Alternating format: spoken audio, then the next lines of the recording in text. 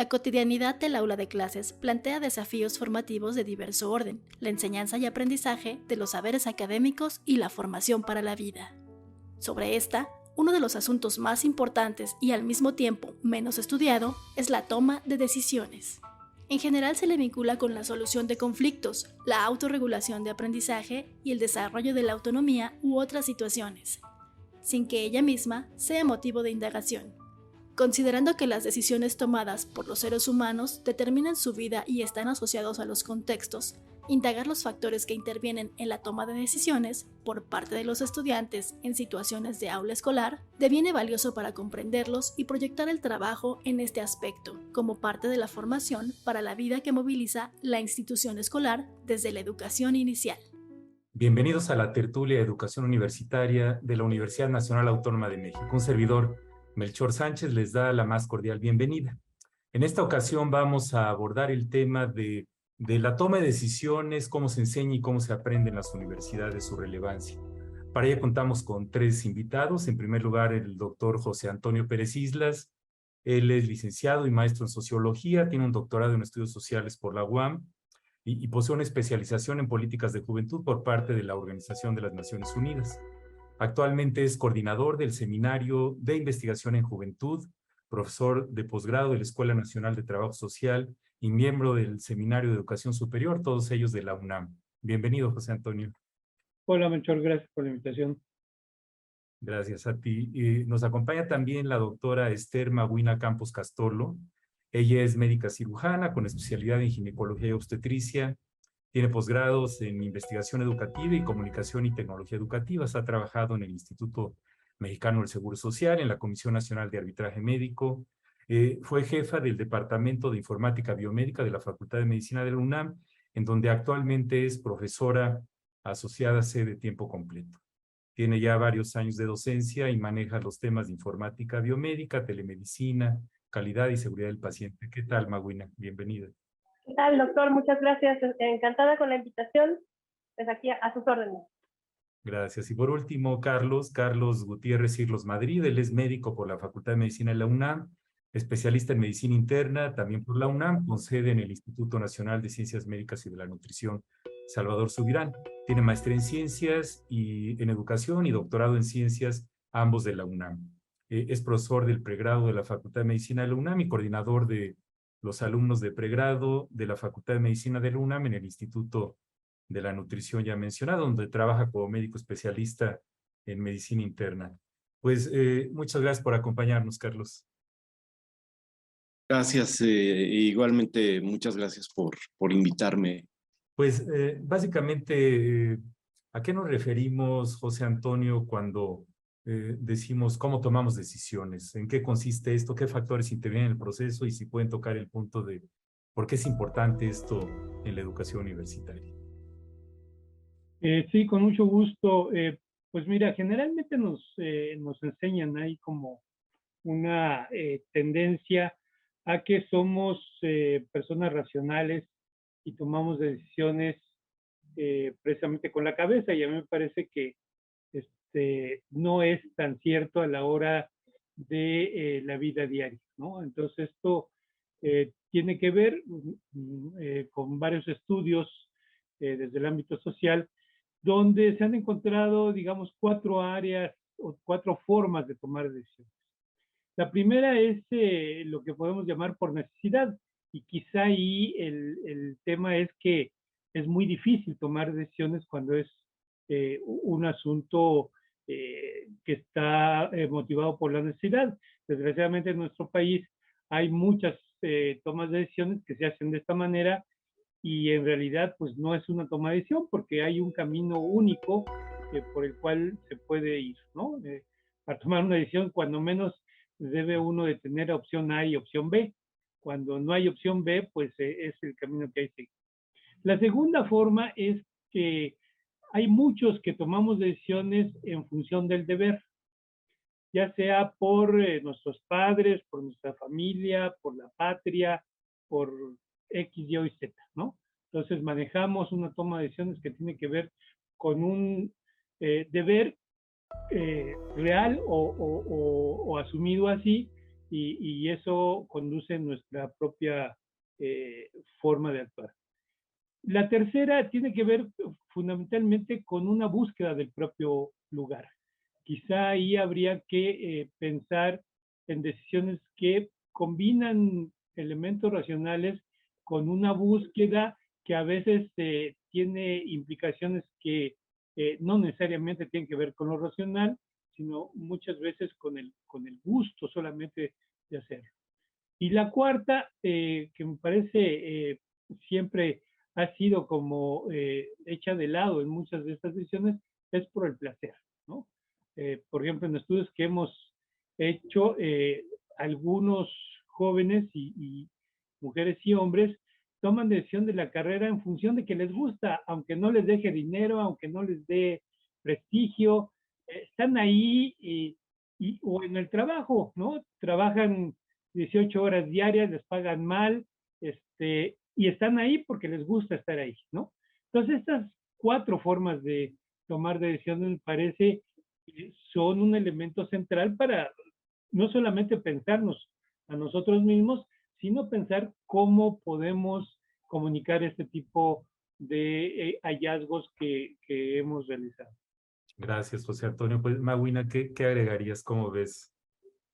Pues muy interesantes todos estos modelos y estas formas. También existen teóricos como Kahneman que establecen 2 modelos específicos de cómo tomar decisiones. Uno puede ser decisiones rápidas y automáticas, las cuales utilizamos la intuición, el conocimiento empírico, y el otro es un modelo más razonado, pensado y analítico. Entonces, pues ambos modelos se complementan y se retroalimentan uno al otro. Entonces, es muy interesante que nosotros seamos capaces de entender estas 2 diferencias de estos 2 modelos y utilizarlas en nuestro beneficio cada una. Muy bien, Maguina. Pues, Carlos, ¿qué agregarías? Bueno, pues, ¿cómo tomamos decisiones y qué factores intervienen? Bueno, primero pensar en la pregunta, ¿no? Decidir cómo decidir. Luego, ¿cómo es el proceso de elegir? Entre varias opciones que implican mucho los valores personales, como dijo José Antonio, si esto me gusta, ¿por qué no puedo decidir por esto que me gusta, ¿no? Pero también implica el tiempo, ¿no? Si tienes poco tiempo para decidir, como espero que podamos platicar más adelante, un piloto que despega o que aterriza, tiene poco tiempo para decidir la mejor opción para que haya menos consecuencias, ¿no? Los efectos de la decisión, el costo, aunque esto podría no ser tan importante, cuánto conocimiento hay disponible al momento de tomar la decisión y la información, ¿no? Esto particularmente, pues en la profesión que 3 de los panelistas que estamos, en la profesión médica es muy importante, ¿no? Debes estar actualizado, debes de autoactualizarte, autorregularte para que tus decisiones estén lo mejor enfocadas en el beneficio de los pacientes y del equipo de salud. Y si bien sí Kahneman propone pues un sistema de decisión rápida, el sistema 1 basado en atajos mentales y el sistema 2 basado más en el pensamiento racional, pero también podemos agregar que hay varios modelos, ¿no? Uno tan sencillo como cuando éramos pequeños o tampoco, pero que nos decían, bueno, toma papel y lápiz y pon las opciones positivas y negativas de la decisión que vas a tomar y a partir de ahí piensa qué vas a hacer, ¿no? O las narrativas, ¿no? O sea, si uno narrara o le expresara a otra persona todos los aspectos con base en los que va a tomar una decisión, pues esto también ayuda.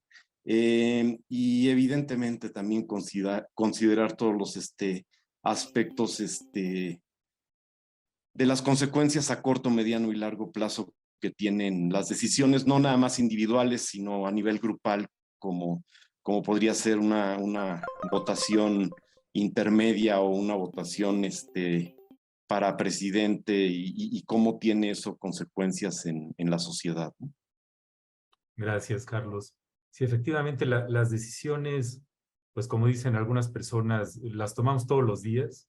La mayoría son intuitivas, rápidas, muchas relativamente intrascendentes, ¿no? Es como qué calcetines me puse el día de hoy, ¿no?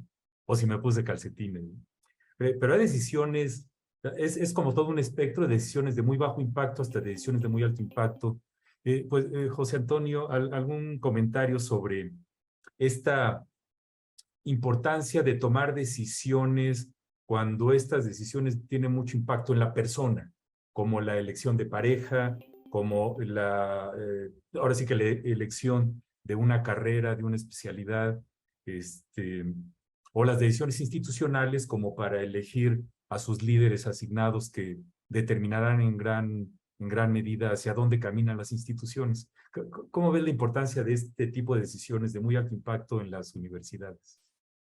Yo creo que uno de los elementos que olvidamos es que esas grandes decisiones en general se toman a edades muy jóvenes. O sea, si se deja o no la escuela, qué tipo de carrera se asume, el tipo de trabajo o el tipo de relación que estableces como pareja. Esas edades, según las encuestas nacionales de juventud en este país, se toman entre los 17 y 19 años, ¿no? Es decir, en contextos donde fundamentalmente hay mucha incertidumbre. Yo en realidad quisiera que tuviéramos siempre la información necesaria para tomar este tipo decisiones trascendentales, pero para no ir muy lejos, el tema de la carrera, contrario a lo que dicen muchas de las corrientes de orientación vocacional, pues se toman a veces pues porque la familia hay puros doctores, o porque el novio o la novia van a seguir ese tipo yo conozco casos en que porque el novio decide irse a sociología, la novia va también a estudiar sociología, y en ese sentido está muy vinculado con estas relaciones del contexto y de relaciones sociales, ¿no? Ya lo decía yo, a veces es por el deber, porque mis padres quieren, ¿no? Yo, precisamente, un caso es un médico, aprovechando que hay tres aquí, que toma obviamente sus padres, sus abuelos habían sido médicos oftalmólogos. Él no le gusta la oftalmología y entonces decide irse por asuntos de cosas del corazón y ese tipo de cosas. Y tiene un conflicto terrible con el padre porque no sigue la línea que había sido tradicional en la familia. Y eso es un conflicto que tiene que ver precisamente porque hay muchas presiones sociales en torno a este tipo de decisiones que son trascendentales.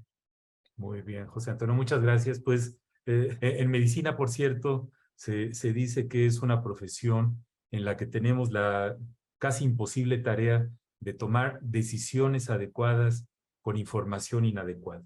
Y las coyunturas de la enorme cantidad de decisiones que se toman como paciente o como médico son a veces infinitas, ¿no? En fin, escuchándolos en el bloque anterior, pues tenemos claro que es importantísimo tomar buenas decisiones desde el punto de vista individual, colectivo. ¿Cómo ocurre esto en las universidades, Magwin? ¿Está en los planes de estudio? ¿Cómo se enseña? ¿Cómo se evalúa? ¿Qué nos puedes decir sobre eso?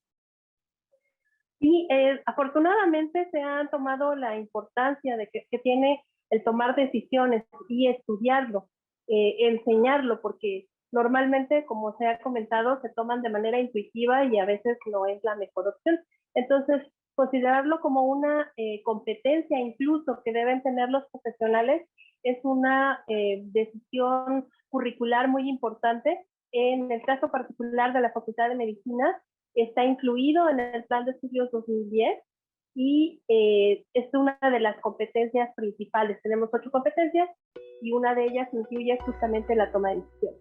Esto está imbuido a través de todo el currículo y se ve en diferentes asignaturas, como, bueno, tengo que hablar de la de casa, informática biomédica 1 y 2, se revisan cuáles son los criterios, incluso un poco de metacognición, para ir haciendo el análisis a lo largo de toda una asignatura, que seamos capaces de observar y de desarrollar esa capacidad muy razonada, muy analítica de cómo tomar una muy buena decisión en momentos de incertidumbre, en contextos con muy poca información y a veces con información equivocada o incluso falsa, como lo hemos estado viviendo, ¿no? Así es, Magdalena. Pues como todas las decisiones que se tomaron y que tomamos como individuos y como sociedad al inicio de la pandemia, ¿no? Con una enorme incertidumbre porque no sabíamos nada del virus. Lo curioso es que ahora que sabemos mucho del virus, las decisiones tal vez siguen siendo no las idóneas. Pues, Carlos, ¿qué agregarías a lo que comentó Magdalena?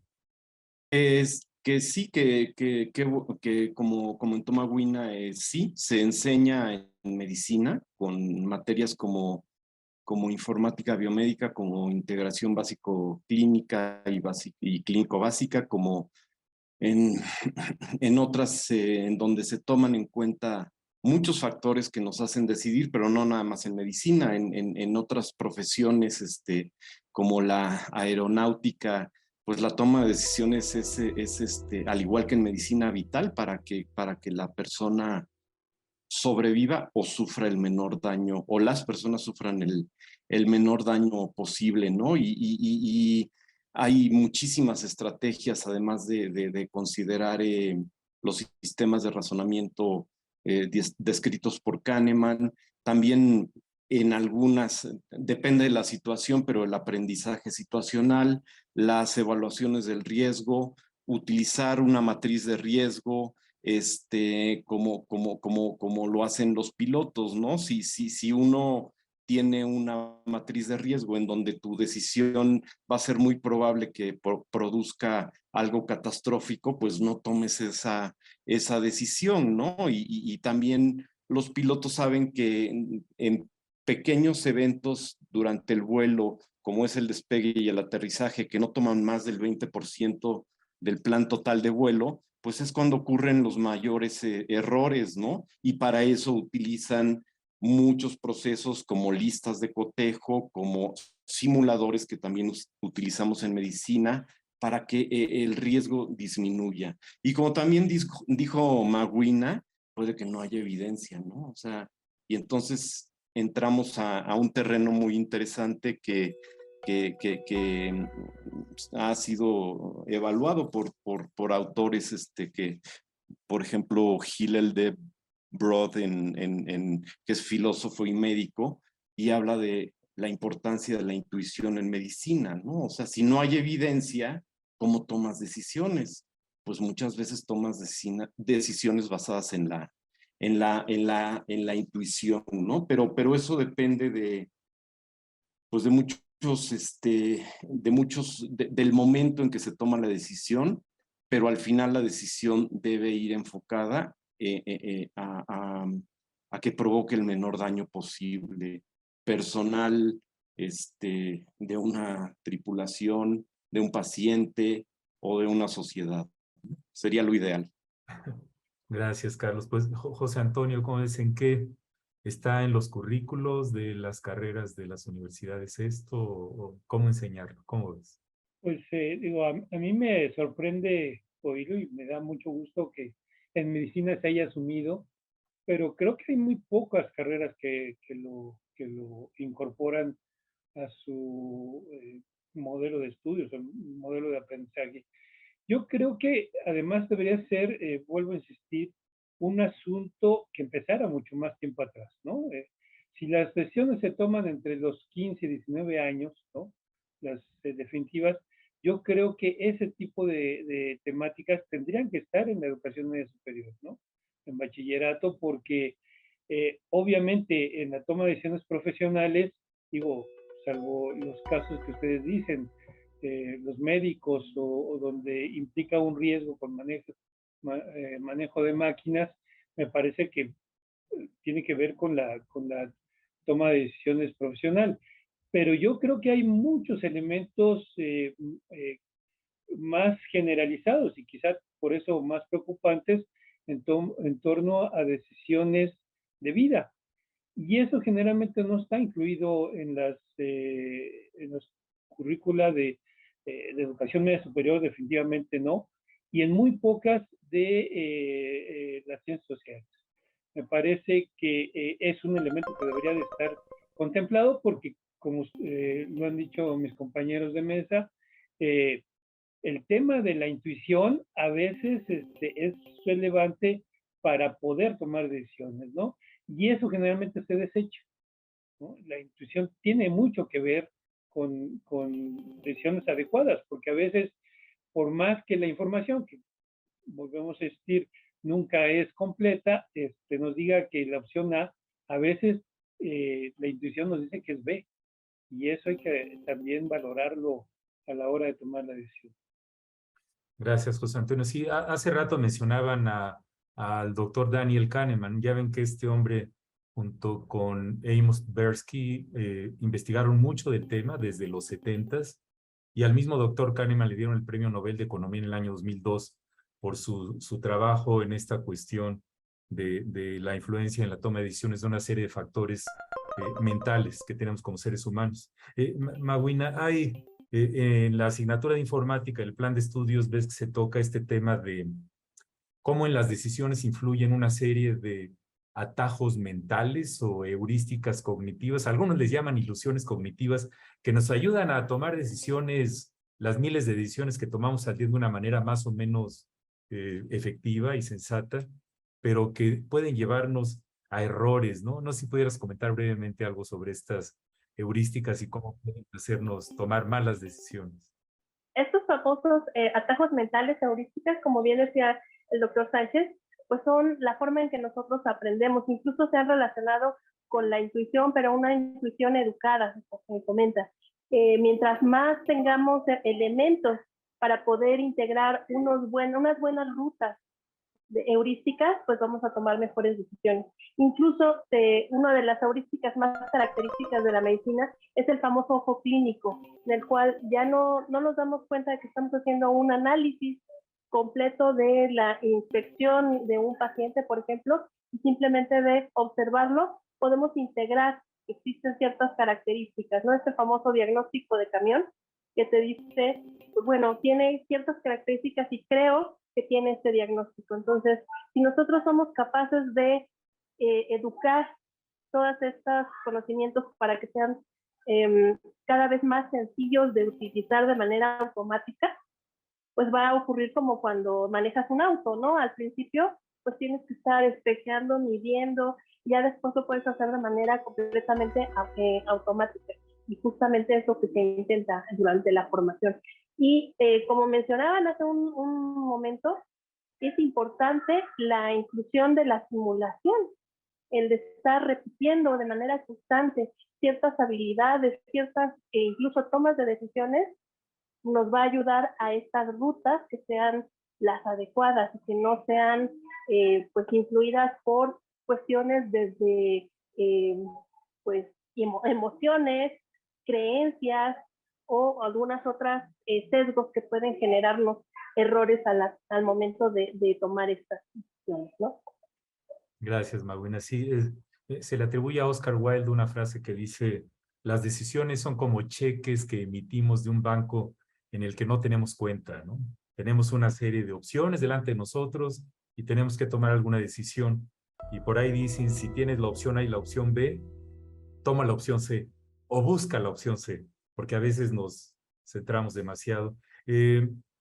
Carlos, brevemente, ¿qué opinas del enseñar análisis de decisiones desde el punto de vista más formal, con toda esta metodología que implica valores esperados, utilidad esperada, la probabilidad del desenlace de cada opción? ¿Cómo ves eso en la vida real? Cito nuevamente el ejemplo de los pilotos porque va muy relacionado con las decisiones en medicina. Por ejemplo, los pilotos pueden tomar actitudes de riesgo, ¿no? O sea, a mí no me digas eso, pues no, o sigue las reglas, ¿no?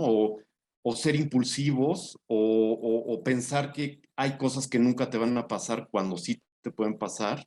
Una que describen en en la enseñanza de decisiones en aeronáutica es la actitud macho, entrecomillado, lo digo porque le pasa igual a mujeres y a hombres. Yo puedo hacerlo, te voy a enseñar, cuando a lo mejor no lo sabes, ¿no? Y el extremo, ¿no? Creo que no soy útil, ¿para qué opino? No, siempre es útil tu opinión. Entonces, hay listas de cotejo que podrían ser aplicables no nada más a la medicina, como una que se llama CARE, que por ejemplo analiza, bueno, si estoy fatigado, cansado, ¿qué consecuencias va a tener? ¿Qué alternativas tengo? Por ejemplo, puedo suspender el vuelo o puedo irme manejando si es una distancia corta. La realidad, o sea, la realidad es que si vuelas fatigado, pues va a haber consecuencias y los factores externos, ¿no? Pero no los tomamos en cuenta al momento de decidir y más si estamos bajo presión, ¿no? Gracias, Carlos. Sí, la decisión, por ejemplo, de irse a huelga o no también, ¿no? Es una decisión interesante. A continuación vamos a pasar una pausa y los invitamos a contactarnos a través de los sitios virtuales que aparecen en pantalla.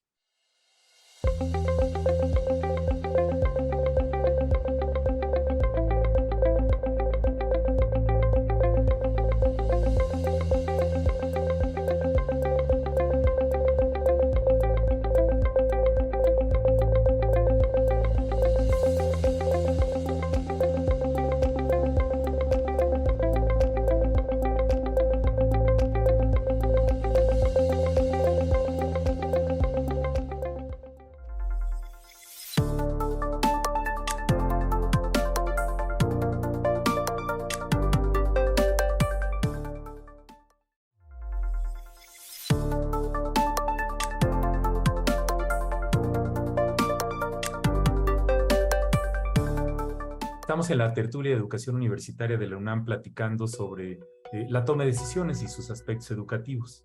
En las decisiones influyen muchos factores, ¿no? El tiempo, la importancia de los desenlaces de la decisión, las emociones, el estado emocional es fundamental como algo que influye mucho en las decisiones, los recursos financieros, materiales, los sesgos cognitivos y afectivos de cada quien, el conocimiento del contexto para tomar buenas decisiones. Caray, uno cree que mientras más información tengas del proceso, tus decisiones van a ser más informadas. ¿Qué pueden hacer las universidades para mejorar el aprendizaje de la toma de decisiones en sus estudiantes y docentes, José Antonio? Pues recuerdo mucho a un maestro que tuve en la licenciatura en metodología, que nos decía que la metodología no se enseña, sino se aprende, ¿no? Y en ese sentido, solamente llevando a cabo precisamente en el caso de la metodología, la investigación en campo, en el contexto, podía uno aprender cuándo una metodología era adecuada, cuándo la interacción con las otras personas en realidad era un signo de comunicación, o cuando no estaban viendo la cara, ¿no? Como sucede mucho en encuestas, que siempre hay un elemento donde el entrevistado, el encuestado, responde lo que cree que el otro quiere oír, ¿no? Entonces, en ese sentido, yo creo que hay que, lo que decía Edward T. Hall, un antropólogo, hay que educar a la mirada, ¿no? En el sentido social del asunto. Como médico no me atrevo a decir cifras, pero el ojo parece ser que es uno de los instrumentos que tenemos con mayores terminaciones nerviosas, con mayores sistemas para captar la realidad. Entonces, el ojo es en antropología, es un elemento central para poder entender los contextos y hay que educarlos. Decía este antropólogo, dice, cuando yo voy a una zona arqueológica, automáticamente veo cuando hay un guijarro que es signo de una parte de un vasija, ¿ves? Y mis estudiantes no lo ven. Eso es solamente producto de la educación del ojo que logra mirar adecuadamente las cosas. Él decía, es más, dice, yo puedo abrir el refrigerador y nunca encuentro la mantequilla, ¿no? Entonces, esa educación que tenemos en cada uno de los contextos profesionales que debemos precisamente comunicar a nuestros estudiantes, me parece que la práctica es un elemento fundamental, ¿no? Por más que se den reglas, por más que se den normas adecuadamente, no hay nada como la práctica, ¿no? Que es lo que precisamente enseña mucho de que estas decisiones son adecuadas o no. Por lo tanto, creo que un elemento central en muchas de nuestras universidades debían de ser estos contactos con nuestro campo de aplicación.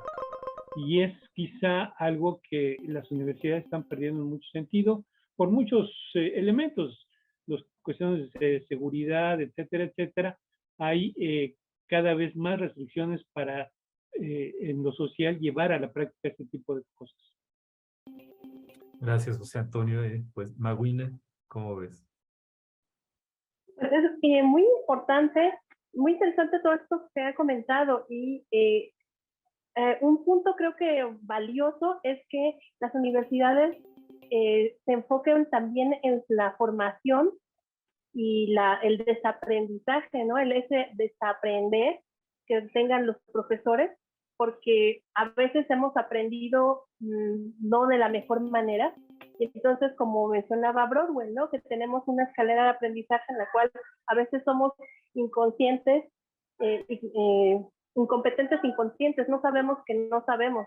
Y primero tendríamos que pues capacitar y concienciar, a llevar a la reflexión a nuestros profesores para que podamos llevar de la mano a nuestros alumnos, que tengamos siempre esa práctica deliberada, siempre reflexiva, gracias al enorme aprendizaje y a la práctica continua e incluso a la simulación que tienen los pilotos, pues son capaces de tomar decisiones automáticas y sin embargo ellos tienen todas estas listas de cotejo para estar realizando. Aunque lo hayan hecho 1000 veces, vuelven a hacer una lista de cotejo. Y a pesar de que lo tengan todo tan estandarizado, el factor humano es el que a veces permite en esta intuición educada que comentamos hace un rato, tomar esa decisión, esa fineza de la decisión que puede cambiar la vida. En este caso de la historia, pues de cientos de personas, ¿no? Y en nuestro día a día, pues puede ser la de nuestros pacientes o la nuestra, la de nuestras familias y de los tomadores de decisiones, pues puede ser de todo un país, por ejemplo. Gracias, Maguina. Carlos. Retomo el hilo final de lo que comentó Maguina. Efectivamente se llama factor humano, ¿no? No se llama error del piloto, ¿no? O sea, y es una modificación en el aprendizaje de decisiones en aeronáutica, porque es el factor humano muchas veces motivado por el estrés, que es otro factor más que puede modificar mucho la toma de decisiones, que no tomamos en cuenta, ¿no? Como dijo también, como dijo Maguina y José Antonio, no aprendemos mal, pero también puede que enseñemos mal, ¿no? Y una de esas malas enseñanzas que puede verse en la práctica de la medicina es una mala retroalimentación, ¿no? La retroalimentación negativa, hablar sobre aspectos de mal desempeño, criticar negativamente, no criticar positivamente, no referirse a lo que se está evaluando, sino a otras cosas que no tienen que ver con lo que se evalúa, etcétera, pues no favorecen evidentemente una buena toma de decisiones. Y junto a ello, muchos procesos como la autorregulación, la metacognición, el desarrollo del pensamiento crítico, la actualización continua, el pensar sobre el pensamiento pensado, la autocrítica, eliminar sesgos, la toma de decisiones en equipo, como sucede en muchas profesiones, no nada más en la medicina, el adecuado manejo del estrés o el saber cómo el estrés influye en la toma de decisión. La frase y muy común de ponerse en los zapatos del otro y finalmente el saber cerrar, ¿no? Ese es otro gran problema que muchas veces no se nos enseña a los médicos y se quedan con 15 probabilidades diagnósticas y no saben cerrar diagnóstica, terapéutica o en el pronóstico, y esto podría traducirse hasta en procrastinación, ¿no? Entonces también la procrastinación, el evitar tomar la decisión y, bueno, después, ¿no? Después escribo la tesis, como platicaba hace unos días con el doctor Sánchez Mendiola sobre las personas que no terminan, ¿no? Un posgrado, una maestría, un doctorado y procrastinan y no terminan, ¿no? Y eso es por falta de decisión. Podemos achacarle a muchos factores externos, pero al final es porque no te decides a sentarte a escribir tu tesis. Y pues si eso lo manejáramos desde el principio de nuestra educación infantil, muy probablemente, pues cambiaría mucho nuestra actuación en nuestro desempeño como personas en la sociedad. Gracias, Carlos. Sí, que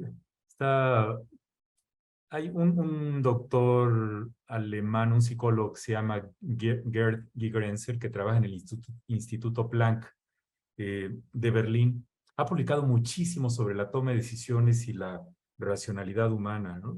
Y escuchándole en una de esas conferencias, él platica este asunto de los beisbolistas, cómo atrapa una pelota, alguien que está corriendo en el campo, y precisamente el doctor Gigerenzer pone el ejemplo de Sully, del piloto de avión que aterriza en el río Hudson, cómo en sus mentes estas personas no se pusieron a hacer todos los cálculos matemáticos que implican las fórmulas de cálculo de trayectorias y de parábolas y toda la cuestión física y matemática, sino que de una manera en la que combinan su experiencia, su sabiduría y el contexto en el que están en el momento, toman decisiones, que en este caso fue una decisión afortunada, y uno de los grandes retos es que tendemos como especie a juzgar las decisiones la calidad de las decisiones por los resultados.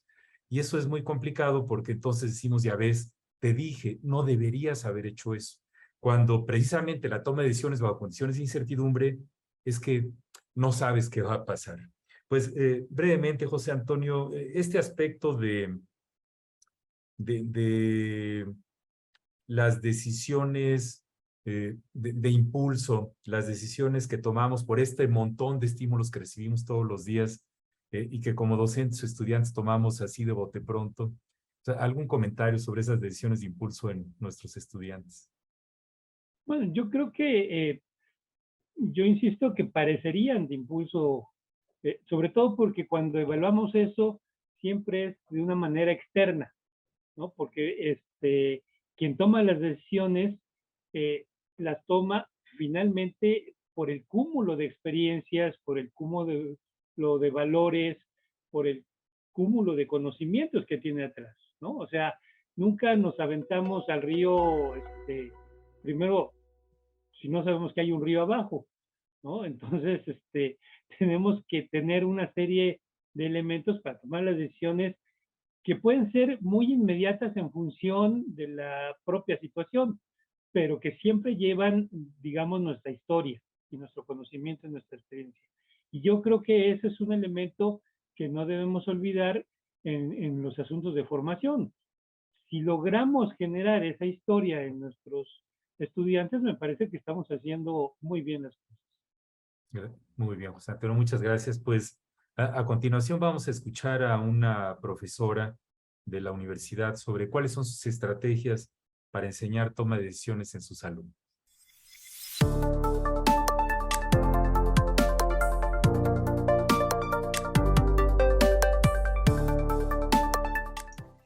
Bueno, existen, o yo utilizo 4 estrategias principalmente para la toma de decisiones de mis estudiantes. La 1 es la simulación o el uso de simuladores. La segunda sería presentaciones de casos clínicos. La tercera también sería el autoaprendizaje. Y por último, el liderazgo dentro del grupo. Todas estas estrategias se utilizan en el aula para que los estudiantes puedan tomar el caso y puedan resolver el problema. Es decir, nosotros dentro de la odontología presentamos todas estas estrategias para que ellos, con todo el conocimiento que ya tienen, con toda la comprensión de este mismo conocimiento, lo puedan aplicar, como bien decía la taxonomía de Bloom. Entonces, una vez que el estudiante lo pueda aplicar, le puede servir para salir en su carrera, ¿no? Es decir, los estudiantes de tercero, cuarto grado, incluso los de primer año también. Todas estas estrategias nos sirven para que el estudiante tenga las herramientas que pueda tomar para, dependiendo del caso, ya sea con un adulto, con un paciente pediátrico o en cualquier situación que ellos se encuentren. Es nuestro deber como docentes proporcionarles estas estrategias y explicarlas.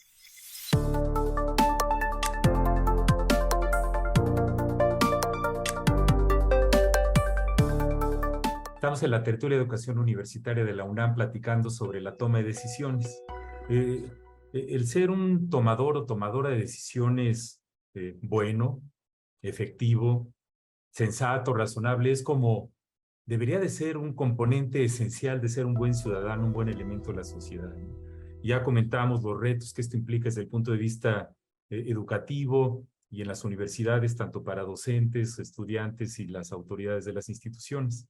Y actualmente nos enfrentamos con esto que algunos autores le llaman el dilema de monster choice, ¿no? De la elección monstruosa, de que tienes tantas opciones que se sobrecarga tu capacidad de decisión y no sabes qué hacer. Un ejemplo es decidir qué película vamos a ver en Netflix o en Amazon Prime o la que ustedes quieran, ¿no? O qué video voy a ver en YouTube. No es nada sencillo.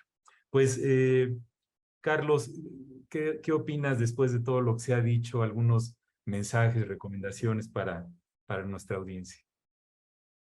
Bueno, yo creo que debe quedar muy claro que como se le enseña a las personas que pilotean aviones o a lo mejor en muchos lugares al personal de salud de varias áreas, se puede enseñar la toma de decisiones, ¿no? O sea, la disciplina de decisiones en aeronáutica existe y se les enseña a tomar las mejores decisiones para que suceda el menor daño posible a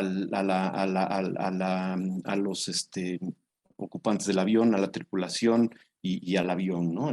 Esto se puede enseñar, no queda duda alguna. El otro mensaje importante es que si conociéramos las probabilidades durante la toma de decisiones, probablemente tomaríamos mejores decisiones. El problema es que desconocemos las probabilidades y nuestro cerebro, particularmente en el caso de los médicos, tiende a sobreestimar las probabilidades, ¿no? Pensamos que los fenómenos que estamos presenciando, la enfermedad, es más probable en cierto tipo de paciente y esto nos hace tomar decisiones incorrectas. Entonces, también el análisis real de las probabilidades nos llevaría a tomar mejores decisiones. Y finalmente, las decisiones tomadas con prisa o con estrés, o con la negación de que estás haciendo mal las cosas, pues llevan a catástrofes, como, espero decirlo bien, como el avión de un equipo de fútbol que se estrelló hace unos años cerca de Brasil, que se llamaba Chapecoense, un equipo colombiano, brasileño, perdón, y fue por una serie de toma de decisiones erróneas que el piloto no transmitió a tiempo. No tenía suficiente combustible, debería tener combustible para más de hora y media, no recargó combustible, no avisó con suficiente tiempo a la torre de control y se estrelló, ¿no? Y se murieron casi todos los ocupantes. Entonces, hay que saber reconocer cuando tomamos decisiones erróneas y esperemos que si hay tiempo, pues modificarlas, ¿no? Y a tiempo para beneficio de todos. Y esto implica todos los conceptos que se dijeron previamente. Gracias, Carlos. Maguina, ¿algunos comentarios y reflexiones finales? Sí, gracias. Creo que un mensaje que a mí me gustaría dejar es que debemos considerar el entrenamiento en toma de decisiones desde la edad más temprana que sea posible.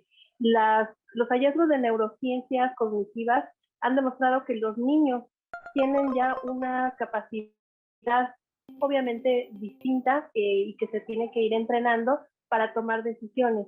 Y si desde, pues desde desde la etapa escolar los podemos educar y acostumbrar a que hay que pensar un poquito más allá en qué es lo que estoy considerando, por qué estoy tomando una decisión, incluso qué es lo que estoy sintiendo. Un ejemplo que se ha utilizado mucho es el de Edward de Bono, ¿no? En esto de los 6 sombreros, que estés pensando cuáles son las emociones o las circunstancias que te están orillando a tomar una decisión. Si lo consideramos desde momentos tempranos en la formación de las personas, pues creo que, como bien decía el doctor Sánchez, tendremos mejores ciudadanos. Gracias, Mawina. José Antonio. Pues yo creo que hay dos elementos que aquí se dijeron también, pero me parece que hay que subrayarlos. Uno es que no estamos solos al tomar decisiones, ¿no? Generalmente las decisiones colegiadas son las mejores en todos los casos. Hay veces que no puede uno hacer esto por la presión o por el tipo de decisiones. Y entonces yo creo que ahí está el segundo elemento, que es asumir la responsabilidad. Finalmente, una decisión siempre va a conllevar el riesgo de tener una consecuencia no esperada, diría padre de la sociología Durkheim. Y esto pues siempre está a la vista de la posible decisión. Y yo creo que esto es un elemento fundamental para las nuevas generaciones, que cada vez, sobre todo creo que por culpa más de los padres, tratamos de evitarles el sentido de frustración ante decisiones que se toman y que no se consiguen. Y yo creo que este es un elemento central. Ojalá la vida siempre nos diera buenos resultados en la toma de decisiones, pero sabemos que las decisiones a veces a la vida no importan y nos equivocamos. Y yo creo que asumir las consecuencias de las decisiones es también parte de la toma de decisiones. Así es, eso forma parte del desarrollo de uno como persona, ¿no? Y es que, reflexionando ahorita, el decirle a alguien indeciso es un insulto, ¿no? Recuerdo una vez que estaba yo aprendiendo a manejar, iba con mi papá, en paz descanse, y llegué a un momento en esto de que no sabes para dónde dar la vuelta, y me tardé, y entonces nos rebasó otro coche y me gritó alguien, indeciso. Y mi papá recuerdo que se molestó muchísimo, ¿no? Porque lo vivió como una agresión muy fuerte, ¿no? Y es esta parte de los diferentes talantes de cada quien, sus rasgos de personalidad, el qué tan reflexivo eres en tu toma de decisiones, si prefieres esperar y tomar las decisiones fuertes en frío o acopiarte, allegarte de información para tomar una mejor decisión, que a veces nos lleva a esto que se llama la parálisis por análisis, ¿no? La sobrecarga cognitiva enorme de tener tantas opciones que no sabes qué hacer.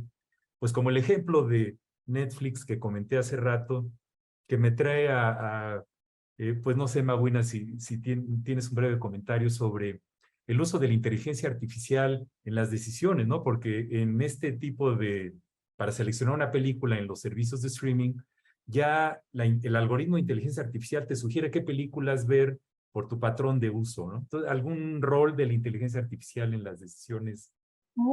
A mí me parece, por un lado, fascinante y por otro lado, aterrador el uso de la inteligencia artificial, porque es capaz de identificar nuestros patrones mucho antes de que nosotros los percibamos.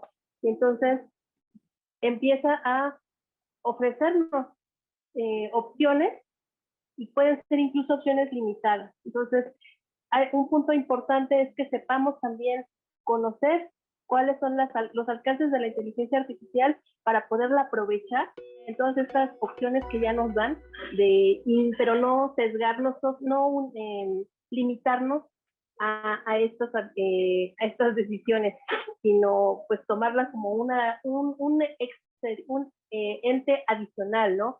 En lo que llaman el humano aumentado, ya sea para elegir la mejor serie o para tomar una decisión para un paciente o para un país incluso, ¿no? Gracias, Maguina. Así es. Y ahorita que comentaba José Antonio de la rendición de cuentas, es que reflexionemos sobre cuántas decisiones tomadas por otras personas nos afectan a cada uno de nosotros, ¿no? Entonces, es muy importante porque uno puede tomar la lección de mi propia decisión, y si yo decidí tomar una vida disipada o fumar o lo que ustedes quieran, pues al final del día fue mi decisión. Pero si soy víctima de las decisiones de otras personas, yo creo que también debe de haber rendición de cuentas en esa toma de decisiones. Pues ha sido un placer platicar con ustedes sobre este tema tan complejo. Carlos, muchas gracias por acompañarlos desde el Instituto de Nutrición. Gracias. Brevísimamente, si no hubiera indecisos, probablemente no habría psiquiatras, ¿no? Debemos, no tocamos el papel de los expertos, pero pues preguntarle a los expertos también es importantísimo para la toma de decisiones, ¿no? Y no olvidar que la intuición, si no tenemos evidencia, puede ser una buena guía, como dijimos todos. Le agradezco mucho a un amigo de la carrera que es médico, piloto, farmacólogo y que trabaja en Alemania, Miguel Ángel Reyes Méndez, porque él como piloto me orientó mucho a estos aspectos de la aeronáutica y la toma de decisiones en los pilotos, ¿no? Sí, así es. Los seres humanos sí queremos que los pilotos de aviones y los médicos que nos atienden tomen buenas decisiones. Pues, Maguina, muchísimas gracias por aceptar la invitación. Creo que es un tema que debemos de seguir considerando y debemos de seguir hablándolo todos los días, tal vez en los diferentes ámbitos en los cuales nos movemos. Gracias. Gracias, Maguina. Y José Antonio, pues también te agradezco mucho tu participación. Pues muchas gracias por la invitación. Y siempre verse entre médicos es medio complicado, pero ahora lo disfruté. Bueno, mientras no nos pidas una consulta, todo está muy bien. Bueno, pues con esto estamos al final del programa. Quisiera terminar con una frase que me gusta mucho de Nelson Mandela, ¿no? Que dice que tus decisiones reflejen tus esperanzas, no tus miedos. Muchas gracias por estar con nosotros y nos veremos en una próxima tertulia.